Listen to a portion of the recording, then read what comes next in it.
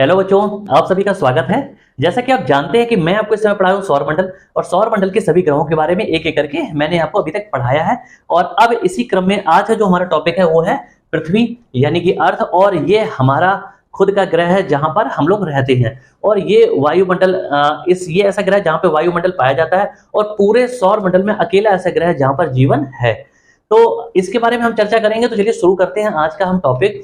सबसे पहले देखिए, जैसे कि पिछले टॉपिक मैंने आपको बताया था कि अगर हम यहाँ पे एक आकृति बना लें, ये हमने बना लिया सन यानी कि सूरज। ठीक है भाई, ये क्या चीज है? ये है सन यानी कि सूरज। ठीक है। अब इसके बाद जानते हैं कि अगर हम क्रम की बात करेंगे तो यहाँ पे बुध आता है, फिर इसके बाद शुक्र आता है, फिर इसके बाद जाके हमारा पृथ्वी आता है। पृथ्वी को मैंने थोड़ा बड़ा बनाया है आपको समझाने के लिए। ठीक है, तो ये कौन सा है? ये है हमारा पृथ्वी। ठीक है, यानी कि अर्थ। तो यहां पे आ गए। अब सबसे पहले वही सवाल कि अगर हम सूर्य से दूरी के हिसाब से बात करेंगे, ठीक है ना, तो यहां पे हम लिखेंगे सूर्य से दूरी। तो सूर्य से दूरी के क्रम में ये किस नंबर पे आता है? तो ये तीसरा नंबर पर आता है। हम यहां पे लिख सकते हैं तीसरा। देखो, सूर्य से दूरी के हिसाब से पहले कौन सा है? बुध है, दूसरा शुक्र है, फिर उसका पृथ्वी है, यानी कि मरकरी, वीनस और अर्थ तीसरे नंबर पर आता है। इतना क्लियर है? अच्छा, अगर हम आकार में बात करेंगे, आकार, ठीक है, तो आकार में ये किस नंबर पे आता है? तो मैंने आपको बताया था कि आखिरी के जो 4 ग्रह हैं वो सबसे बड़े हैं, और पहले जो 4 हैं उनमें पृथ्वी सबसे बड़ा है, यानी कि कुल मिलाकर 5वें नंबर पर। ठीक है, तो ये 5वां सबसे बड़ा ग्रह है, और इसको हम इंग्लिश में बोलेंगे तो लिखेंगे 5th, और ये है भाई 3rd।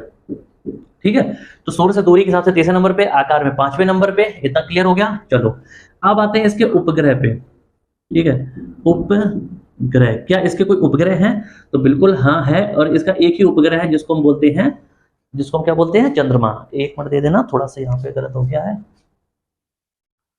तो इसका एक ही उपग्रह है जिसका नाम क्या है? चंद्रमा। और चंद्रमा का मतलब होता है मून। ठीक है भाई, मून। ठीक है, जो हम चंदा मामा देखते हैं ना रात में आसमान में, तो ये वही है। तो चंद्रमा जो है वो अकेला एक ही उपग्रह है किसका? पृथ्वी का। यहां तक किसी बच्चे को कोई दिक्कत हो तो बताओ। चलो ठीक है, आगे बढ़ते हैं। अगला है कि पृथ्वी पर वायुमंडल है कि नहीं है, तो यानी इसे शुरू कर लेते हैं। ठीक है, वायुमंडल, पृथ्वी पर वायुमंडल पाया जाता है? बताओ जल्दी से। तो इसका आंसर होगा जी हाँ, बिल्कुल पाया जाता है, वायुमंडल है। क्यों? यही तो अकेला ऐसा ग्रह है जहां पर जीवन है, जहां पर ऑक्सीजन पाया जाता है। ठीक है। अच्छा, अब अगर अंतरिक्ष में जाके देखेंगे तो जो इसका रंग है, रंग कैसा दिखाई पड़ता है? तो वो नीला दिखाई पड़ता है। इसको ब्लू प्लेनेट कहा जाता है। पृथ्वी को कैसा कहा जाता है? Blue planet. ठीक है, रंग कैसे दिखाई पड़ता है? नीला। ऐसा क्यों होता है? क्यों? क्योंकि हमारी पृथ्वी पर बहुत ज्यादा विस्तार किस चीज का है? पानी का है, महासागर का है। और प्रकाश के प्रकीर्णन की वजह से, स्कैटरिंग ऑफ लाइट की वजह से, जो समुद्र का पानी होता है उसका जो रंग है वो नीला दिखाई पड़ता है। तो समुद्र का जो पानी है वो पृथ्वी पर 71% है, जिसकी वजह से अंतरिक्ष से जाके देखेंगे तो पूरी पृथ्वी हमें नीली दिखाई पड़ती है। ठीक है, ये ध्यान रखेंगे। अच्छा, इतना समझ में आ गया। अब अगर हम यहाँ पे बात कर लेते हैं कि जो हमारी पृथ्वी है उस पर क्या है, तो अगर हम जल की बात करेंगे, जल का मतलब वही पानी, महासागर, तो ये 71% हिस्से में है। ठीक है, और अगर हम भूमि की बात करेंगे, भूमि का मतलब होता है जमीन, यानी कि लैंड एरिया, तो वो कितना है? 29% हिस्से में जमीन आती है। ठीक है, किसी बच्चों के यहाँ तो कोई समस्या तो बताओ। ठीक है, उम्मीद है कि यहाँ तक आपको दिखाई पड़ रहा होगा। वायुमंडल है, रंग नीला है, जल की उपस्थिति कितनी? 71% है, भूमि कितनी है? 29% है। ठीक है। अच्छा, अब अगर हम झुकाव की बात करेंगे, ठीक है, और किस पर? अक्ष पर, अपने ही अक्ष पर पृथ्वी का जो झुकाव है, यानी कि अपनी ही एक्सिस पर। पृथ्वी पे कभी भी देखी होगी ग्लोब में, वो सीधी नहीं होती, वो ऐसी तिरछी होती है, हल्की, है ना। तो ये जो झुकाव है, बैंड है अपनी अपनी एक्सिस पर, अपने अक्ष पर, तो वो कितना है? तो वो है 23.5 डिग्री, 23.5 डिग्री। ठीक है बच्चे, यहां तक कोई समस्या हो तो बताओ। झुकाव कितना है? 23.5 डिग्री है। किसी बच्चे कोई दिक्कत? चलो आगे बढ़े। ठीक है, तो यहाँ पे हमने इतना कर लिया, आगे बढ़ते हैं, थोड़ी सी जगह बनाते हैं। ठीक है, अब इसके बाद अगर हम बात करेंगे कि पृथ्वी पर सबसे ऊंची जगह, ठीक है, पृथ्वी पर सबसे ऊंची जगह, ठीक है बच्चे, पूरी पृथ्वी पर जो सबसे ऊंची जगह वो कौन सी है, ये बात ध्यान रखें। ठीक है, तो उसका नाम है भैया, क्या है? Mount Everest. Mount Everest. और माउंट एवरेस्ट जो इसकी ऊंचाई कितनी है 8848। देखो 8848 मीटर हुआ करती थी, लेकिन अब जब पिछले दिनों में नया सर्वे हुआ तो इसमें इसकी जो ऊंचाई है वो कुछ बढ़ी हुई पाई गई। ठीक है, और वो कितनी निकली है तो 8848.86 मीटर। ठीक है भाई, ये इसकी ऊंचाई निकली है। किसी बच्चे को कोई समस्या हो तो बताओ। चलो आगे बढ़ा जाए। ठीक है, तो पृथ्वी पर हमारे ग्रह पर जो सबसे ऊंची जगह वो कौन सी है माउंट एवरेस्ट है। अब सबसे अगर ऊंची है, और ये चलो माउंट एवरेस्ट कहां पे है और बता देता हूं, तो पृथ्वी पर सबसे ऊंची जगह कौन सी माउंट एवरेस्ट। माउंट एवरेस्ट जो है सबसे पहले तो ये हिमालय का हिस्सा है। ठीक है, हिमालय पर्वत श्रृंखला जो उसका हिस्सा है, और हिमालय दुनिया में सबसे ऊंची पर्वत श्रृंखला है। ठीक है, तो हिमालय पर्वत का एक हिस्सा है, हिमालय पर्वत की एक चोटी है कौन सी माउंट एवरेस्ट। ठीक है, और ये है कहां पे तो हिमालय आप जानते हैं, हिमालय तो हालांकि भारत, नेपाल, भूटान, चीन है ना, तिब्बत इस एरिया में फैला हुआ है, लेकिन अगर माउंट एवरेस्ट की बात करेंगे तो ये हमारी है नेपाल में। ठीक है, नेपाल में स्थित है, ये ध्यान रखेंगे बच्चे। ठीक है, चलो फिर आगे बढ़ा जाए। अब हमने इतना पढ़ लिया, आगे बढ़ते हैं सबसे गहरी जगह के बारे में। सबसे ऊंची जगह हो गई, और सबसे ऊंची तो सबसे नीची, और नीचे से मतलब गहरी। तो सबसे गहरी जगह पृथ्वी पर जो सबसे गहरी जगह वो कौन सी है तो उसका नाम है मेरियाना गर्त। इंग्लिश में इसको मेरियाना ट्रेंच बोलते हैं। ठीक है, तो पृथ्वी पर जो सबसे गहरी जगह उसका नाम क्या है मेरियाना गर्त है। और मेरियाना गर्त जो है ये 11,033 मीटर, ठीक है, की गहराई पर है। यानी कि पृथ्वी पर सबसे जो गहरी जगह है वो बच्चे कौन सी है, उसका नाम है मेरियाना गर्त। और ये समुद्र तल से कितनी गहरी है 11,033 मीटर नीचे है। इसका ये मतलब हो गया कि 11,033 का मतलब लगभग 11 किलोमीटर समुद्र तल से नीचे है। ये इसकी गहराई इतनी है। ठीक है, समुद्र तल से 11 किलोमीटर नीचे। अच्छा, अब ये मेरियाना गर्त है कहां तो आपको पता है भाई, सबसे गहरी जगह गहराई कहां पर होगी समुद्र में होगी। ठीक है, तो ये कहां पे है तो ये प्रशांत महासागर में है। प्रशांत महासागर, और प्रशांत महासागर जो है ना इसको इंग्लिश में पैसिफिक ओशियन बोलते हैं। तो प्रशांत महासागर में, लेकिन किस जगह के पास में है तो फिलीपींस के पास में। जो देश है उसका नाम क्या है फिलीपींस। ठीक है, फिलीपींस द्वीप समूह जो है, फिलीपींस जो देश है कंट्री है ना, उसके पास में प्रशांत महासागर के अंदर मेरियाना गर्त मींस का तो गड्ढा मान लो, सबसे गहरी जगह समुद्र जहां पे सबसे गहरा है। ठीक है, तो पूरी दुनिया में सबसे गहरा समुद्र यहीं पे है। ठीक है ना, तो मेरियाना गर्त जो है वो सबसे गहरी जगह है, 11,033 मीटर गहरी है। कहां पे है फिलीपींस के पास में है, प्रशांत महासागर के अंदर है, और ये पूरी पृथ्वी पर सबसे गहरी जगह है। ठीक है, और सबसे ऊंची जगह कौन सी है वो है माउंट एवरेस्ट 8848.86 मीटर, जो कि हिमालय पर्वत श्रेणी का एक हिस्सा, एक चोटी है, और ये पृथ्वी पर सबसे ऊंची जगह है। तो सबसे ऊंची और सबसे गहरी अगर आप ध्यान से देखेंगे तो ये लगभग 9 किलोमीटर, ये लगभग 11 किलोमीटर। तो पृथ्वी पर सबसे ऊंची और सबसे नीची जगह का जो अंतर है वो करीब 20 किलोमीटर का है। ठीक है बच्चे, ध्यान रखना। तो यहां तक किसी बच्चे को कोई भी परेशानी हो तो पूछ सकता है, नहीं तो मैं आगे बढ़ता हूं। ठीक है, बढ़ा जाए भाई आगे। चलो ठीक है, तो इतना पढ़ लिया, आगे देखते हैं। इसके बाद बच्चे एक यहाँ पे क्वेश्चन बता देता हूं कि जो पृथ्वी है ना, वो अपनी जगह पर जो घूमती है उसको कितना टाइम लगता है। तो यहां पे मैं लिख दूंगा, देखो अपनी जगह पे जो घूमती है उसको परिभ्रमण कहा जाता है, परिभ्रमण। ठीक है, पृथ्वी जब अपनी, यहां पे मैं लिख देता हूं धुरी पर। धुरी का मतलब होता है अक्ष, धुरी पर। जब पृथ्वी अपनी धुरी पर घूमती है, अपनी अक्ष पर घूमती है, अपने एक्सेस पर घूमती है, ठीक है ना, तो उसको क्या कहा जाता है परिभ्रमण कहा जाता है। और इसकी अगर हम बात करेंगे, ठीक है, तो अपनी जगह पर एक चक्कर लगाने में कितना टाइम लगता है आप जानते हैं कि दिन रात होता है ना, तो अपनी जगह पे घूम जाती है तो 24 घंटे, और 24 घंटे एग्जैक्टली है नहीं वास्तव में। तो ये कितना है तो ये है 23, ठीक है, 23 घंटे 56 मिनट, ठीक है, और 4 सेकंड।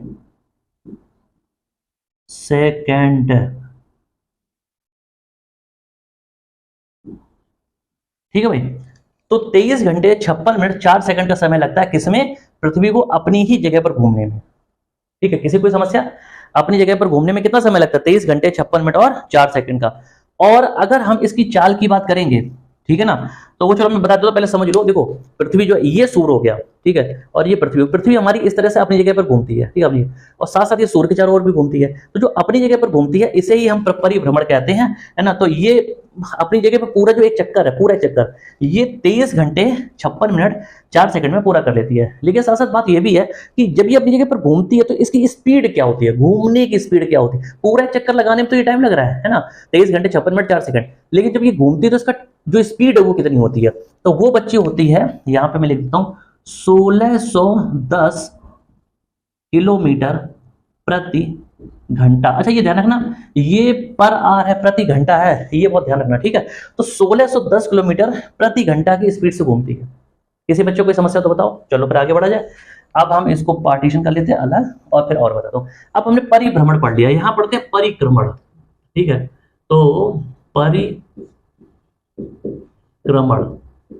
परिक्रमण का बच्चे मतलब होता है कि सूर्य के चारों ओर, सूर्य के चारों ओर, ठीक है, सूर्य के चारों ओर जो पृथ्वी घूमती है उसमें कितना टाइम लगता है।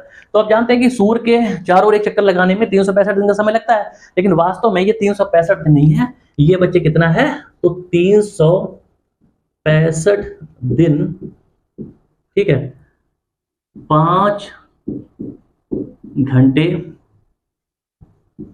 48 मिनट और 46 सेकंड, ठीक है, इतना समय लगता है। 365 दिन 5 घंटे 48 मिनट 46 सेकंड, ठीक है। ये मैंने आपको क्या बताया, ये पूरा एक चक्कर लगाने में जो समय लगता है पृथ्वी को, ठीक है, सूरज के चारों ओर, जैसे सूरज ये है ना, तो इसके चारों ओर चक्कर लगाने में, पूरा चक्कर लगाने में ये समय लगता है, ठीक है। और इस पूरे को, है ना, आप जानते हो क्या कहते हैं, इस पूरे को एक साल कहा जाता है, और वास्तव में जो ये साल है इसे सौर वर्ष भी कहा जाता है। सौर वर्ष किसे कहा जाता है, इसे ही कहा जाता है, ठीक है। अच्छा, अब ये जो पृथ्वी घूमती है, सूरज के चारों ओर चक्कर लगाती है, इसकी भी कोई ना कोई स्पीड होगी, है ना, जो गति है। तो वो गति कितनी होती है, जो स्पीड है पृथ्वी की घूमने की, वो कितनी है, तो वो है 29.8 किलोमीटर प्रति सेकंड। एक सेकंड में 29.8 किलोमीटर, लगभग 30 किलोमीटर घूम जाती है, तब जब पृथ्वी सूर्य का चारों ओर चक्कर लगाती है। ये बात समझ आ गई। चलो आगे बढ़ते हैं। अब क्या होता है, इसी से रिलेटेड एक कंसेप्ट है, वो ये है कि लीप वर्ष, ठीक है, लीप वर्ष। अब लीप वर्ष क्या होता है, देखो होता क्या है कि पूरे साल में जितने भी महीने होते हैं, ठीक है, जैसे 12 महीने होते हैं, तो 12 महीने में से 11 महीने जो आपके हैं वो हमेशा उनमें जो दिनों की संख्या है वो फिक्स रहती है। जैसे जनवरी अगर 31 का होता है तो जनवरी 31 का हमेशा ही होता है, आप कभी भी देख लीजिएगा, ठीक है ना। जैसे आपका मार्च 31 का होता है, दिसंबर आपका 31 का होता है, ठीक है। अगर मैं अप्रैल की बात करूं तो जैसे 30 का होता है, ठीक है। तो ये हमेशा ही होते हैं, इनमें बदलाव नहीं होते। सिर्फ एक ही ऐसा महीना है जिसके दिनों में बदलाव होता है, और वो है फरवरी, ठीक है। तो फरवरी का क्या कंसेप्ट है कि फरवरी जो होती है, आमतौर पर जो फरवरी है, ठीक है, वो 28 दिन की होती है। लेकिन हर 4 साल में क्या होता है कि यहाँ पे आप देखेंगे 365 दिन का एक साल माना जाता है। तो जो ये 5 घंटे 48 मिनट और 46 सेकंड का समय बचता है, ये आपस में क्या होता है, जुड़ता रहता है, और 4 साल तक जुड़ने के बाद ये क्या होता है, पूरा एक दिन बना देता है ना। और वो जो एक दिन एक्स्ट्रा बन जाता है वो फरवरी के महीने में जुड़ जाता है। तो इसीलिए हर 4 साल के बाद क्या होता है, जो फरवरी होती है वो आपकी 28 की जगह 29 दिन की होती है, और जिस साल फरवरी 29 दिन की होती है उसे ही लीप वर्ष कहा जाता है। तो लीप वर्ष में क्या होता है, फरवरी जो होती है ये 29 दिन की होती है, 29 डेज 29 दिन की होती है, ठीक है बच्चे। किसी को कोई समस्या हो तो बताओ, लीप वर्ष क्या होता है, समझने में कोई दिक्कत हो तो बताओ, ठीक है। तो फरवरी कितने की होती है, 29 दिन की, ठीक है बच्चे। चलो आगे बढ़ते हैं। अगला बच्चे कंसेप्ट है क्या कि हमारी पृथ्वी की जो आकृति है ना, पृथ्वी की जो आकृति है वो कैसी है।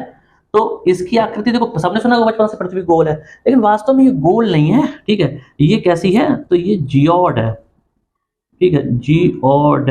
जियोड का मतलब होता है एक ऐसी आकृति जो गोल होने के साथ साथ चपटी होती है, ठीक है। एक ऐसी आकृति जो गोल होने के साथ साथ कैसी होती है, चपटी होती है। तो इसे हम क्या कहते हैं, इसे हम जियोड कहते हैं, ठीक है बच्चे। आगे बढ़े, चलो इसके बाद अगला पॉइंट है, यहां पे इसको कर लेते हैं, यहां पे अगला पॉइंट है व्यास, कि हमारी जो पृथ्वी है इसका व्यास कितना है बच्चे, ठीक है। तो हमारी जो पृथ्वी का व्यास है वो है 12,742 किलोमीटर। यानी कि 12,742 किलोमीटर पृथ्वी का क्या व्यास है, क्योंकि जो पृथ्वी की त्रिज्या है वो आपकी है 6371 किलोमीटर। और ये क्या चीज है, यहाँ पे मैं लिख देता हूँ, ये पृथ्वी की त्रिज्या है। और आपको पता है त्रिज्या का जो डबल होता है, ठीक है, त्रिज्या का जो डबल होता है उसको क्या कहते हैं, उसको हम कहते हैं व्यास। व्यास को इंग्लिश में डायमीटर बोलते हैं, त्रिज्या को रेडियस बोलते हैं। ठीक है, किसी को कोई दिक्कत हो तो बताओ, यहां तक ओके। चलो आगे बढ़ा जाए। तो व्यास कितना है, 12,742 किलोमीटर। ठीक है, और पृथ्वी की जो त्रिज्या है वो 6371 किलोमीटर है। ठीक है जी, चलो पृथ्वी की आयु देख लेते हैं। पृथ्वी की आयु, आयु का मतलब क्या होता है, उम्र। हमारी पृथ्वी की, मैंने बताया था कि जो भी जिस चीज का भी जन्म हुआ वो हमेशा खत्म जरूर होगी। ठीक है, तो कोई भी चीज अजर अमर नहीं है। पृथ्वी की जो आयु है ये 4.6, ठीक है, बिलियन वर्ष मानी गई है। ठीक है, 4.6 बिलियन वर्ष मानी गई है। यहां तक ओके। चलो अब जगह बोर्ड पे थोड़ी सी कम है, लेकिन कुछ और फैक्ट हैं जो मुझे आपको बताने हैं। तो मैं एक बार ये देख लूं कि कहां तक जगह बची। 1 मिनट आप मुझे दे देना, मैं देख के आपको ऊपर कुछ फैक्ट है वो मैं आपको बता देता हूं। ठीक है जी, चलो तो पृथ्वी की उम्र मैंने कितनी बताई है, 4.6 बिलियन वर्ष। ठीक है, अब सूर्य से जो पृथ्वी की दूरी है ना, सूर्य से पृथ्वी की जो दूरी है वो कितनी है, ये कोई मुझे बता सकता है। चलो यहां पे मुझे थोड़ी सी दिख रही है, तो यहां बता देता हूं। सूर्य से पृथ्वी की दूरी, ठीक है, तो सूर्य से जो पृथ्वी की दूरी है वो है 14.96 करोड़ किलोमीटर। ये भाई किलोमीटर है। ठीक है, तो कितनी है, सूर्य से पृथ्वी की जो दूरी है वो 14.96 करोड़ किलोमीटर, यानी कि लगभग 15 करोड़ किलोमीटर है। ठीक है जी, चलो आगे बढ़ते हैं। अब है अगला पॉइंट है कि सूर्य के बाद, अच्छा एक बात बताओ, सूर्य जो है वो क्या चीज है, सूर्य एक ग्रह है या तारा है। मैंने पिछली क्लासेस में बताया था कि सूर्य क्या है, एक तारा है, यानी कि स्टार है ना। और पृथ्वी जो हमारी है इसके सबसे पास में कौन सा तारा है, पृथ्वी के सबसे पास का तारा कौन सा है, सूर्य ही है। ठीक है, तो पृथ्वी के सबसे पास का तारा तो सूर्य है, लेकिन सूर्य के बाद कौन सा आता है, तो इसीलिए सूर्य के बाद, ठीक है, पृथ्वी का निकटतम तारा कौन सा है। ठीक है, तो इसका नाम है प्रॉक्सिमा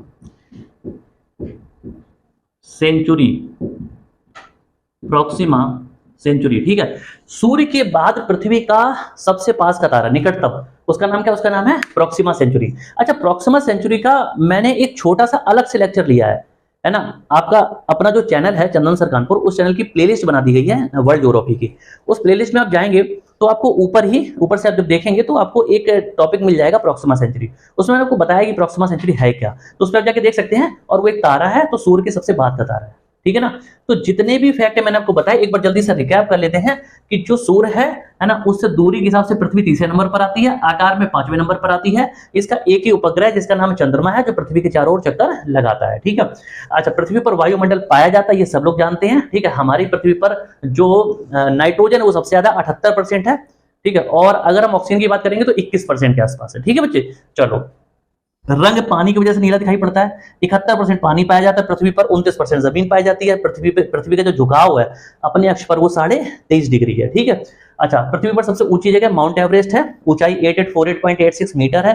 पृथ्वी पर सबसे जो गहरी जगह वो मेरियाना गर्त है, प्रशांत महासागर में 11,033 मीटर गहराई है। ठीक है, पृथ्वी का जो परिभ्रमण है, अपनी ही दूरी पर घूमना, 30 घंटे 56 मिनट 4 सेकंड लगते हैं। और इसी की वजह से क्या होता है, दिन रात होते हैं। ठीक है, परिभ्रमण की वजह से ही दिन रात होते हैं, इसे दैनिक गति भी कहा जाता है। और 1610 किलोमीटर प्रति घंटे की चाल से ये दूरी जो है तय करती, घूमती है जो। ठीक है, अच्छा, अब परिक्रमण जो यानी कि सूर्य के चारों ओर जो पृथ्वी घूमती है वो 365 दिन 5 घंटे 48 मिनट और 46 सेकंड में घूमती है। इसे सौर वर्ष कहा जाता है। ठीक है, इसे वार्षिक गति भी कहा जाता है। इतनी बात समझा कि, और इसी की वजह से ऋतुओं का परिवर्तन होता है। ऋतु जो होती है ना, है ना, इसकी वजह से और अपने अक्ष पर झुके होने की वजह से ऋतुओं का परिवर्तन होता है। सर्दी, गर्मी, बरसात ये सब चलता रहता है ना पूरे साल। ठीक है बच्चे, अच्छा, स्पीड जो इसकी घूमने की है वो 29.8 किलोमीटर प्रति सेकंड है। लीप वर्ष क्या होता है कि ये जो 5 घंटे 48 मिनट और 46 सेकंड का एक्स्ट्रा टाइम है, ये हर 4 साल में इकट्ठा होकर एक एक्स्ट्रा दिन बनाता है, तब जाके फरवरी 29 दिन की हो जाती है। और वही वर्ष आपका आपका लीप वर्ष कहलाता है, ठीक है। और लीप वर्ष अगर आपको कभी निकालना है तो आप 4 का उसमें भाग दे दो, जो भी सन चल रहा है ना उसमें 4 का भाग दे दो।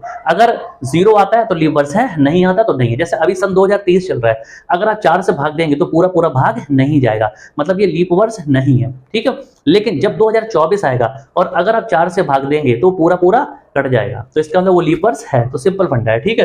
अच्छा, इसके बाद पृथ्वी की आकृति कैसी है, तो जियोड है, यानी कि गोल होने के साथ साथ चपटी भी है। व्यास कितना, 12,742 किलोमीटर है। त्रिज्या कितनी है, 6371 किलोमीटर है। आयु कितनी है, 4.6 बिलियन वर्ष है, ठीक है। सूर्य से पृथ्वी की जो दूरी है वो 14.96 करोड़ किलोमीटर है। और सूर्य के बाद पृथ्वी का निकटतम जो तारा है वो प्रोक्सिमा सेंचुरी है, ठीक है। तो पृथ्वी के जितने भी फैक्ट पेपर में आने लायक है वो सब मैंने आपको पढ़ा दी है। क्लास अच्छी लगी तो लाइक शेयर सब्सक्राइब जरूर करें, और कोई कमी रहेगी तो कमेंट करके जरूर बताएं, ठीक है बच्चे। मिलते जल्दी अगली क्लास में, तब तक के लिए जय हिंद।